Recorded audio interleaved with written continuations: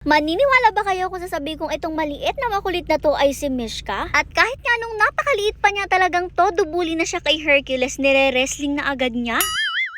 Alam niyo naman naligaw month nga for our pack members at ang liliguan nga for the day ay itong si Mishka. Tingnan niyo nga paglabas talagang tuwan-tuwa siya, kala mo naman talaga lalayas. Naga-hyper pa nga kaya hinuli na agad siya ng Kuya Sermer niya at inumpisahan na nga siyang suklayan. Alam niyo rin nga na nagsished itong si Mishka dahil nga lately sinuklay-suklayan natin siya ng ilang beses. Pero kahit nga nakailang beses tayo magsuklay sa kanya, napakadami pa rin talaga natatanggal hanggang ngayon. Ewan ko ba dito kay Mishka hindi pa ubos-ubos ang balahibo, only yarn?